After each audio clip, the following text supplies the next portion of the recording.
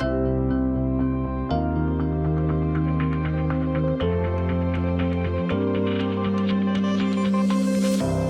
Yoav Leitersdorf. I'm the managing partner of Wild Ventures, one of the 4 sponsors of this event. We are a seed stage focused venture capital firm investing only in cybersecurity, only out of Israel, and only starting at the seed stage. My partner, Ofer Schreiber, is somewhere around here in the audience. He's your guy if you've got a new cybersecurity idea, company, and you need funding. Ariel? Hello. Hey, everybody. My name is Ariel Tseitlin. I'm a partner at Scale Venture Partners. We're a California-based venture firm investing in early-stage enterprise software. So a little bit broader than cybersecurity, but just B2B software. We're in our 8th fund, which is a $900 million fund. And I focus primarily on cybersecurity and infrastructure there. Hey everyone, Barak Schoster, previously CTO and co-founder of Bridgeco that got acquired by Palo Alto Networks. Today a venture partner at Battery Ventures. I'm mainly focused on cybersecurity and infrastructure software. And Richard. Hi everyone, Richard Seewald, founder and managing partner, Evolution Equity Partners. So we're a growth and early growth stage investor focused on the cybersecurity space, based out of Palo Alto, New York, London, Zurich. Just raised a fresh fund, so we're putting money to work. Great to be here, great to partner with YL and Yoav and the fantastic team that put this together. Hi, my name is Jaya, Baloo. I'm the Chief Security Officer at Rapid7. Perfect. And the 3 humble gentlemen over here didn't mention that they are also the co-sponsors tonight. So please, a round of applause to our co-sponsors who are buying beers and food coming up soon. And if you didn't notice, you can scan the QR code and then put all kinds of challenging questions there on the board for us to answer. So I also have a printout of the questions that you guys submitted online, some pretty challenging questions. But I love this first one on the board here because it's such a great conversation starters. And none of these guys have seen it yet, and I just saw it. It's about buzzwords. So what buzzwords do you hear in entrepreneurial pitches that make you go, ugh?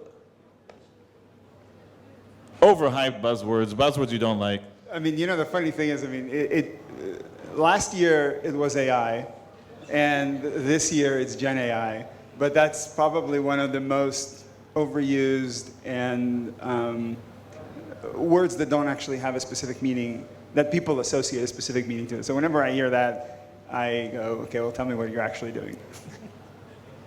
I think that I got a little allergy for the SPM suffix, anything SPM. It's not that I don't like the categories, I do, but we can drop the SPM for now. We can talk application, cloud, etc. So I'm going to extend the AI, ML discussion and Copilot. I think I've heard Copilot many, many times, probably more than I'd like to hear. I think I'm a bit, shell-shocked because I'm so used to the AI quantum blockchain anymore that I take it all kind of not seriously. So, yeah. What about LLM? Is that just too new to be a buzzword you get sick of? No, LLM actually, when people say LLM, that actually means something. Like they tell you what they're doing rather than Gen AI, which who the hell knows what that means. Perfect. So a question that came from the audience is, everybody seems to notice that valuations are plummeting or have plummeted. They're much lower now than they were before, especially growth stage companies. We're seeing a very active market in the secondaries, where there's sometimes cents on the dollar or massive discounts. But does that make cybersecurity not really interesting anymore, not the golden goose of tech? Definitely not. So look, when you look at the cybersecurity market over the last 20 years, it has been this point in the cycle, post 9/11, post 2008, when some of the iconic names have been built. And I think in this environment today, right now, notwithstanding where we are in terms of valuation, there are going to be some iconic names that are built and that become public companies. It's this point in the market where, investors get lean and mean, and entrepreneurs get lean and mean and build best of breed. So we're excited about where we are in the cycle. Yeah, I mean, I totally agree.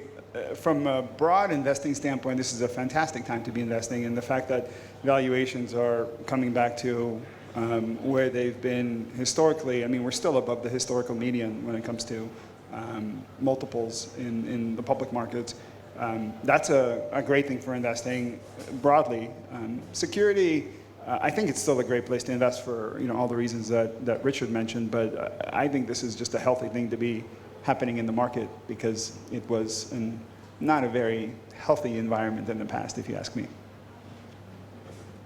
It's all about the passion that you have as a founder. Like if it's a domain that you're really passionate about and customers are willing to pay for it and it's solving a real problem in the world, that's like the basic principles of why you should go out and found a new company. I mean, the thing that happened, sorry, just one more thing to add. The thing that happened before that hopefully isn't going to be as prevalent these days is whenever there's a good idea or a need identified in the market, there's like immediately 6 companies that get funded, right, that are all doing slight variations of the same thing. And cybersecurity, specifically, I think much more so than in other areas. And I think the fact that now there's a little bit more rationality in the market, my hope is that that's going to not be as prevalent, but, I think if you look at Gen AI, maybe that's not quite the case. So Richard, another question that was posted here. A little bird told me that the new fund you just recently raised is massive. I know you'll announce it at some point, but if you're only investing in cybersecurity, is there a risk that you begin cannibalizing your own portfolio because it's a single sector? That's a great question. I think there is risk out there for investors who kind of overlap and build a portfolio out where there's high concentration in certain categories. We look at cyber and then look at the adjacencies that are directly adjacent to cybersecurity and kind of talk about those categories as technology safeguarding our digital world. And that includes anti-fraud technology, elements of machine learning and AI, and technology that's impacting cybersecurity in a material way. So when you look at that aggregate category, cyber, I think 2025 is forecasted as a $250 billion category. When you add those adjacencies, it's almost double that size. So it's a consequential category, sizable. I think if you look at it that way, you're able to diversify a portfolio so that the overlap doesn't happen.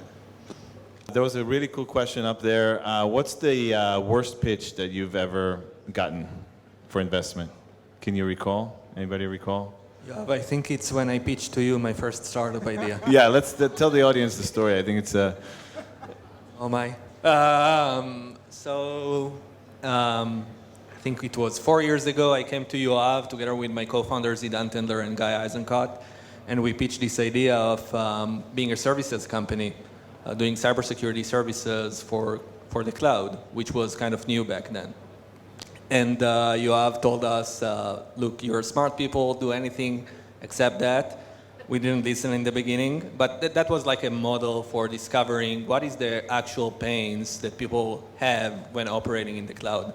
And that led us to found a company that people are actually had need to. That definitely made the top 10 of my worst pitches ever. So, but it's good because you pivoted and did really, really well. So congrats. Ariel and Richard, are you slowing down the pace of your investing, or are you maybe not investing in this current challenging environment? Not at all for us. Well, I should say we have no desire to slow down our investing pace, and the way we look at investments hasn't changed, this year from where it was last year. So we're still very active. We just raised a new fund at the end of last year that we haven't even switched over to, so we're still finishing out Fund 7. So plenty of capital and desire to invest. That said, the number of opportunities to invest in certainly seems like it's slowing down a little bit. And part of it, well, we can talk about why, but there's a lot of market dynamics, I think, that are at play, where there's not as many fundraisings happening as there was, well, certainly not as many as there was last year, because last year, you needed a couple of months between your previous round in order to start raising your next round. But we're certainly not slowing down the pace at all, and the desire is to invest more, although in actuality, the actual pace is slower. Not slowing down. I think, we're cautious in certain areas of the market where valuations may still be off market. I think we're pretty consistent with regard to pace. So we're going to announce a couple of deals over the next 2 weeks, one of them in Israel, one of them in the United States. So fairly consistent pace across the spectrum of the activity that we have. Brilliant. Jaya, back to you. It seems like CISOs are taking less calls these days from vendors. Do you agree with that? Has anything shifted in your buying strategy or your peers' buying strategy? How can startups get a foot in the door in this climate? I honestly think it's a question of don't call us, we'll call you. Because they haven't stopped calling, that's for sure. The amount of cold calls, LinkedIn messages, I've stopped checking. So I do think that I think CISOs have changed their buying strategy because right now in cybersecurity, most CISOs have a sort of patchwork quilt. We're really trying to differentiate like the best of breed, best of suite choices to actually buy solutions that make sense and work with each other and have some level of harmonization. That's hard to do. So as a result of which, we're looking for tailored things. I think that where there's still really significant opportunities is looking for the bets that initially may seem counterintuitive. But for example, there was a company that won the RSA Sandbox that was really looking at how to defeat, we started with AI and generative AI, right? But actually how to defeat AI systems by understanding better the algorithm. I think that you're going to find a lot of CISOs who actually depend on cybersecurity solutions that have some sort of foundational AI, ML built in. They'll want to understand, just like we want to risk assess everything else, we'll want to risk assess our dependencies that we might have on AI. That's great. That's great. And I applaud the person who said bump there on the. They're all anonymous, so I can't call the name, but somebody bumped the question, which is very cool. So we'll just we'll pick that, and if anybody else wants to bump their question, feel free. Success stories in cyber companies that are doing well, why do you think they're doing so well? What are some lessons learned? And please pick a company that is not in your portfolio. Okay? Yeah. It's easy to pick. Well, if there's nothing, I'll go to companies in your portfolio. But maybe Jaya, do you know, is there a vendor that you admire in this economy? And can you share some tips with the audience? I don't know if this is helpful, but Rapid7 acquired an Israeli company called Minerva, and I had the opportunity to talk to them in their tech yesterday. I think they're super cool, but yeah. And what I think they do differently is they're incredibly creative. So their approach is creative. They're they have a stick-to-itiveness to follow through, where I think that I'm not saying that that's maybe a USP, but I think it's rare. I think sometimes we have creative ideas, but that stick-to-itiveness isn't necessarily there. And I think that they have both of those ingredients, which is a little bit unicorn-like. Yep. And let's go with your own portfolio. So pick a company in your portfolio you think is doing really well. Why is it doing well? What can the audience learn from it? Well, I feel like I want to answer the essence of your question first before we pitch our own portfolio. I mean, the one company that I admire that's not in our portfolio that I think is doing phenomenally well, and if I look at before I tell you the name, if I look at what the ingredients are, it's got to be a massive market. It's got to be a product that's easy to use, or at least solves the need well, and then it's got to have people that understand how to use scale go-to-market. Because at the end of the day, you can build a great product, but unless you know how to scale that with a repeatable go-to-market machine, you're not going to grow a big company. And the one company that comes to mind for me is Wiz. That's just done a phenomenal job.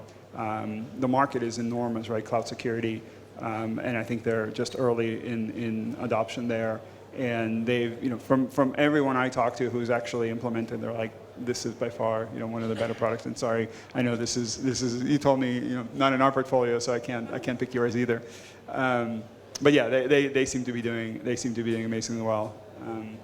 If I switch that answer to our own portfolio, we have a company called Expel that we invested in 2018, and I mean, they're executing, again, incredibly well. They hit all those things that I mentioned, which is amazing team, really great product, and a massive market. And what they're doing is they're solving the cybersecurity job personnel shortage and providing an MDR, right, a managed security service that is, leaps and bounds better than anybody else out there. And they did it largely through building technology because they were, kind of unhappy with how things were done when they were at Mandiant and said there's got to be a better way that's not just putting bodies and services at it, but actually solving it using software. And so they've built this, amazing technology stack that can integrate with any security tool and give you real insights that you can work with your own security analysts. And it's been just resonating like crazy. I'm going to go with the same company, Expel, because we're both investors there, so that's easy. And the CTO is visiting Givat Shmuel every now and then, so you can look for him there. As for a cybersecurity company that is not in our portfolio that I admire, I just told Richard 20 minutes ago about Snyk. It's in his portfolio. I think that Snyk really nailed down the application journey and how to help developers to secure their cloud environment. Can you repeat the name of the company? What? Repeat the name of the company. Snyk. Okay. SNYK. A nice dog. So they've done an amazing, good job in tracking other users that are not the original security user, but the developer, and bringing them over to do security and distribute the work into other teams. So good job, Richard.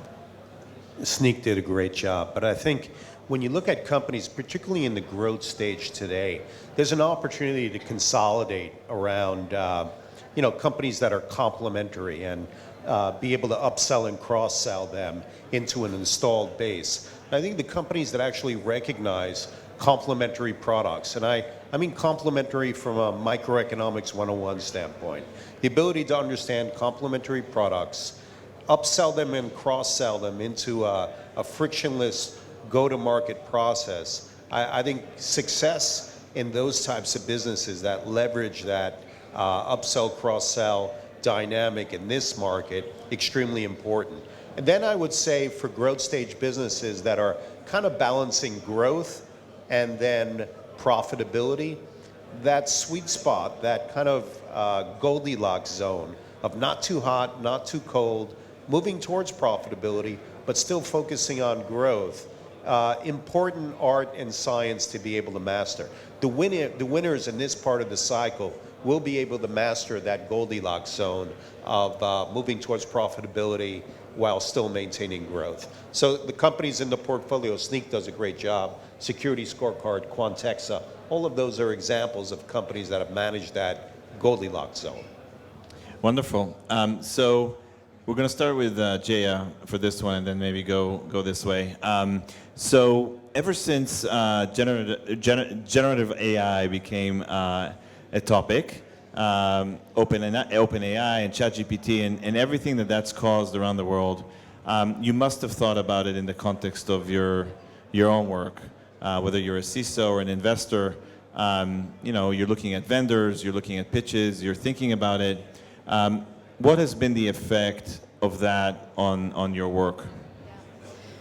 Well, I mean, it's twofold, right? So the incredible opportunity that's there is definitely one.